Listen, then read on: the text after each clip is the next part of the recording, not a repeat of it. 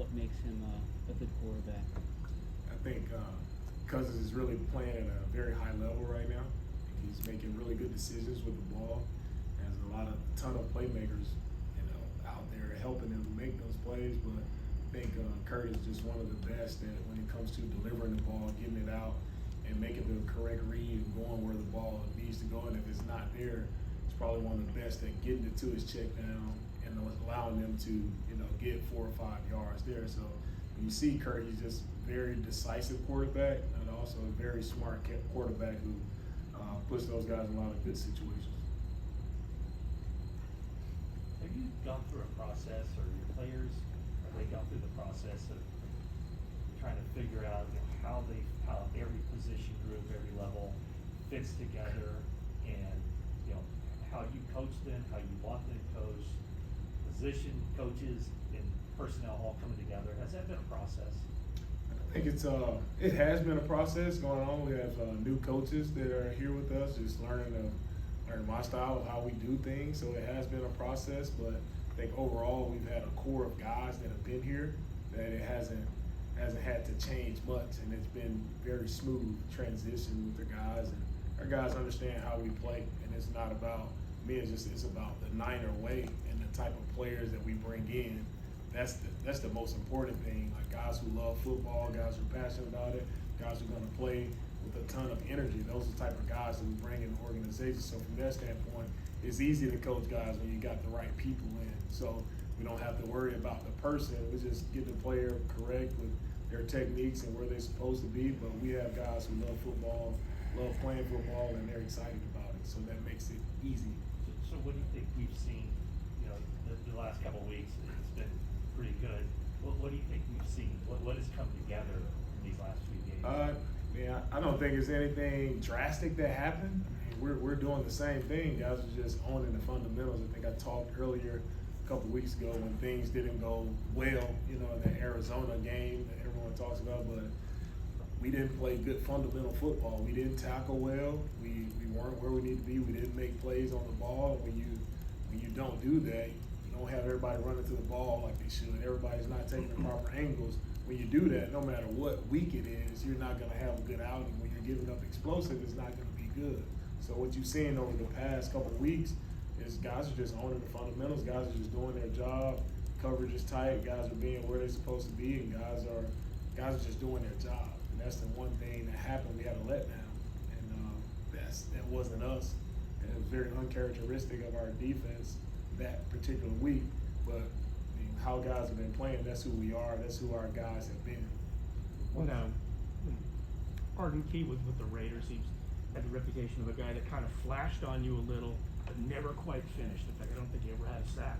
And now he's got 3 in the last 3 games. What have you seen from him since he got here and his progress to now? Yeah, I see Arden as a very, very athletic rusher. And one thing that Arden has that you can't coach is length. Arden has very long arms, which allows him to be able to get to the quarterback and get him down. He's very good when he's rushing inside on guards. I think that's probably his best suit. But Arden has just done a great job of working with Coach Kasarik and our stunts and games that we work. He's really taken grasp of it and really owned it, and he's just doing a good job of executing those particular stunts, and he's done a good job of just rushing when he has his one-on-one opportunities. He's come away with pressure on the quarterback, and he's gotten the quarterback down in some very critical situations that has helped us to win some games.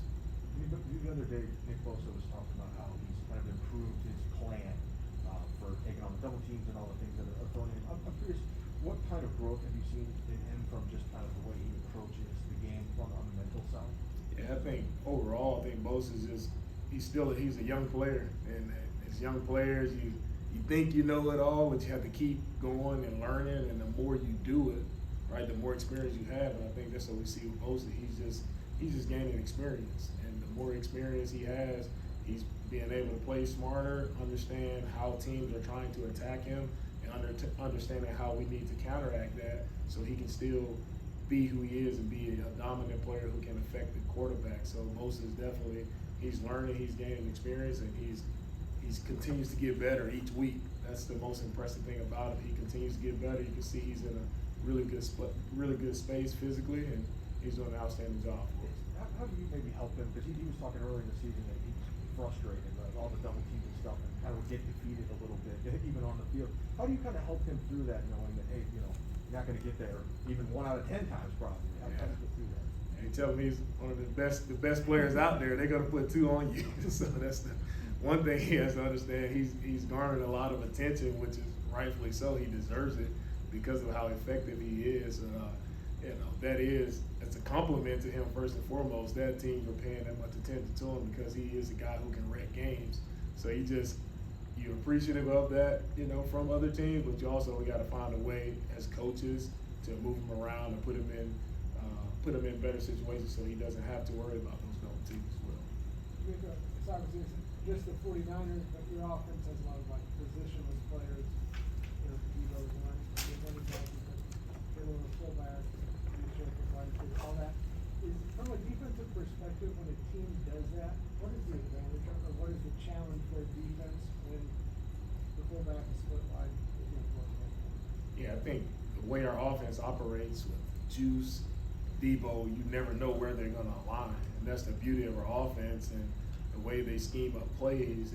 You don't know where guys are going to align, so as a defense, you can't do too much because you don't know where these guys are. So you can't do too much schematically. You just want to be sound, know one guy to know exactly where they need to be, no matter where those guys are in those different positions. But it does make it tough on a defense if you're trying to match up certain guys and you don't know where they're going to be. It can make it very challenging for teams defensively, and I think our offense is probably one of the best in the league at moving guys around, putting guys in certain positions. I know they probably never thought Debo would be lined up at running back and making plays there, so it's a credit to those guys. Kyle and the staff has done a tremendous job of, as a coach, your job is to put players in position to make plays, and that's what our guys, I think, do the best in the league at. Couple more? DeMeco, what's your favorite Thanksgiving dish?